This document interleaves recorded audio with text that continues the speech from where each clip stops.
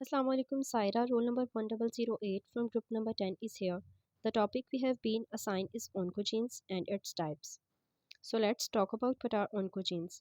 Onco means cancer, and genes are specific sequence of nucleotides that encodes a specific protein. Oncogenes ऐसे jeans होते हैं जो ओनको proteins को encode करते हैं और ओनको प्रोटीन्स कैंसर कॉज करवाती हैं। प्रोटोन को जीन्स जो हैं नॉर्मल बॉडी के जीन्स होते हैं। अगर इनमें कोई भी म्यूटेशन आ जाती है तो प्रोटोन को जीन्स ओनको जीन्स में कन्वर्ट हो जाते हैं।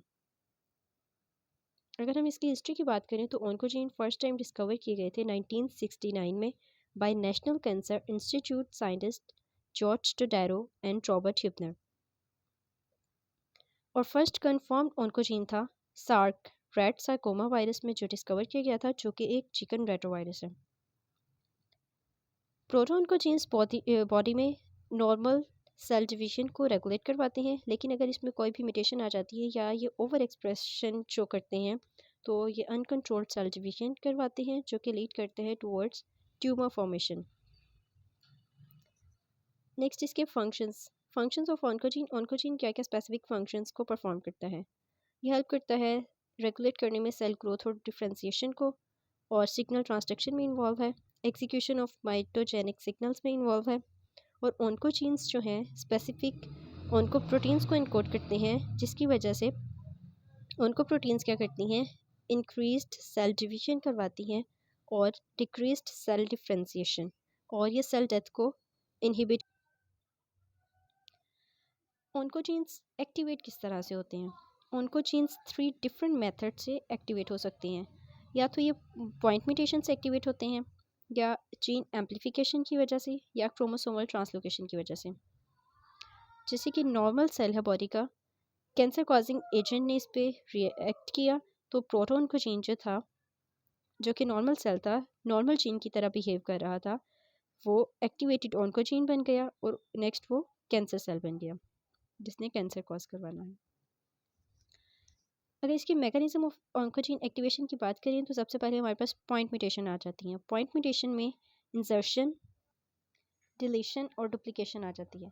पॉइंट म्यूटेशन जो हैं फ्रीक्वेंटली डिटेक्ट की गई हैं रेस फैमिली की प्रोटोन को जीन्स में। इसके डिफरेंट टाइप्स हैं के ras, H ras and N race.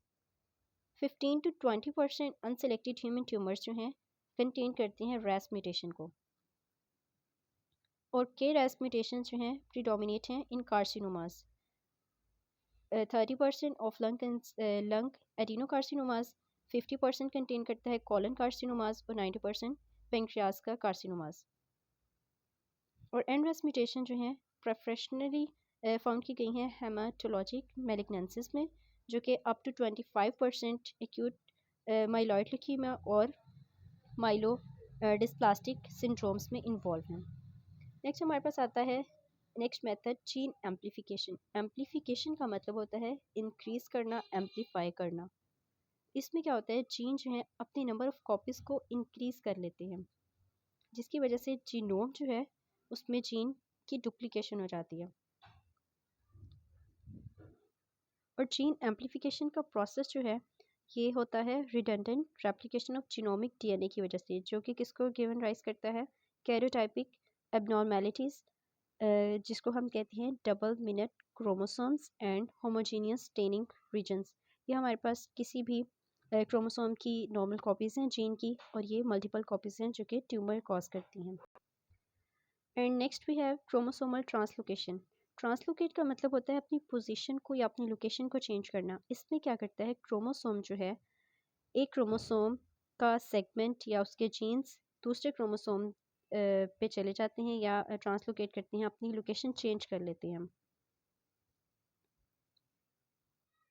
Chromosomal translocation में ये होता है कि या तो जो उनको जीन्स हैं वो आपस में फ्यूजन कर लेते हैं, या फिर वो ऐसे किसी एरिया में आ जाते हैं जहाँ पे रेगुलेटरी एलिमेंट्स होते हैं, जो कि क्या करवाते हैं, ओवर एक्सप्रेशन करवाते हैं जीन्स का, प्रोटोन को जीन्स का। यहाँ पे है हमारे पास एक general mechanism of oncogene activation cancer में। डीएनए में एक प्रोटो ऑन्कोजीन का सेगमेंट है, और इसकी ट्रांसफॉर्मेशन टुवर्ड्स ऑन्कोजीन किस तरह से होती है, इसके 4 डिफरेंट मेथड्स हैं। Translocation, gene amplification, point mutation. Point mutation हमारे पास विद इन कंट्रोल एलिमेंट हो सकती है और विद इन जीन भी हो सकती है।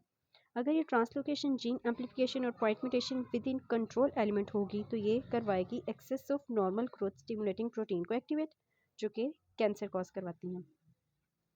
और अगर ये होगी point mutation with in gene तो ये हाइपर एक्टिव और डिग्रेडेशन रेजिस्टेंट प्रोटीन को इसकी प्रोडक्शन करवाती है। अब ऑन्कोजीन एक्टिवेट होने के बाद इसके क्या रिजल्ट्स होते हैं? ओवर प्रोडक्शन होती है ग्रोथ फैक्टर्स की, ट्रांसक्रिप्शन फैक्टर्स का लेवल इंक्रीज कर जाता है, कैंसर होता है, अनकंट्रोल्ड स्टिमुलेशन होती है हमारे इंटरमीडिएरी पाथवेज में। नेक्स्ट हम बात करते हैं ऑन्कोजीन्स की क्लासिफिकेशन की या इसकी टाइप्स की। ऑन्कोजीन्स को डिफरेंट बेसिस पे क्लासीफाई किया जाता है, इनके फंक्शंस की बेस पे, बायोकेमिकल प्रॉपर्टीज़ की बेस पे और इन्वॉल्वमेंट इन कैंसर डेवलपमेंट की बेस पर।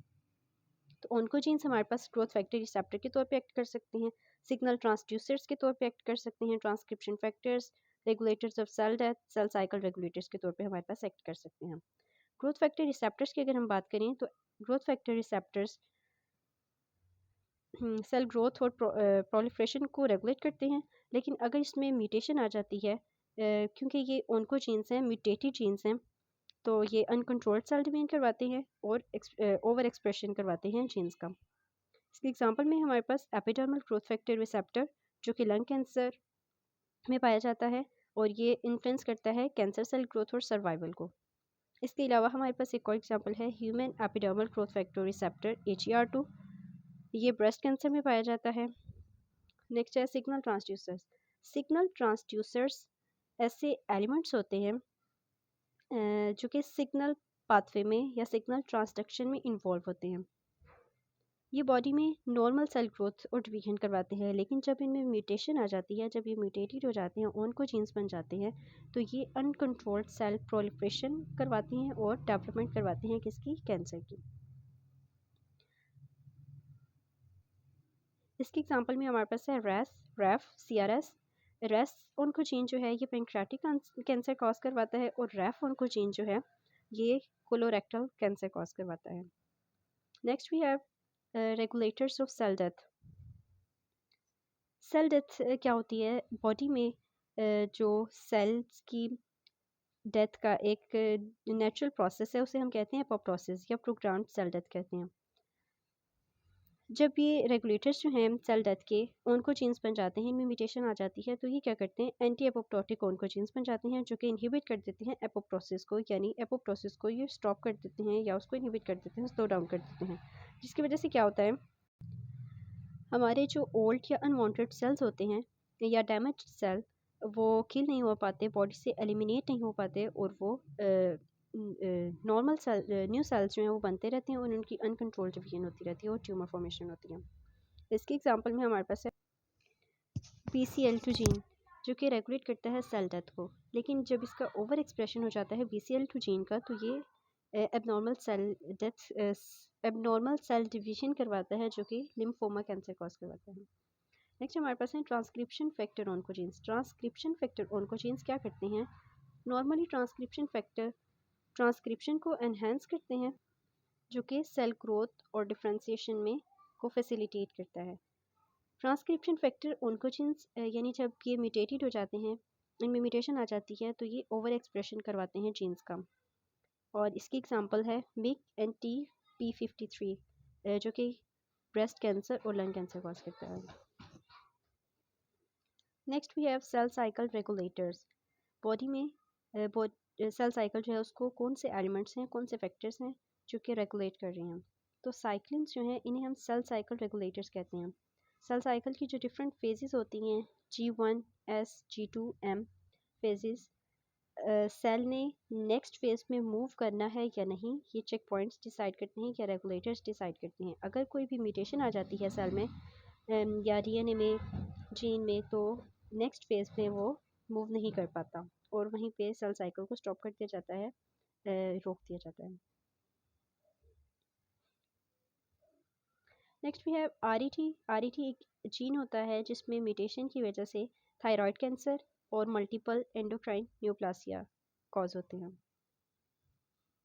नेक्स्ट वी हैव AL की another gene that is anaplastic lymphoma kinase, ये लंग कैंसर कॉज करवाता है। EGRF epidermal growth factor receptor जो है ये लंग कैंसर में पाया जाता है और ये सेल ग्रोथ को और सेल सर्वाइवल में इन्फ्लुएंस करता है due to cancer. And the last one we have ABL Abelson murine leukemia. इसमें क्या होता है कि ABL जो है, ABL जीन जो है फ्यूजन करता है BCR जीन के साथ। BCR क्या है? ब्रेक पॉइंट क्लस्टर रीजन है। BCR और ABL जीन आपस में फ्यूजन करके उनको जीन बना देते हैं और ये क्रॉनिक माइलॉइड ल्यूकीमिया को कॉज करता है। Thank you so much.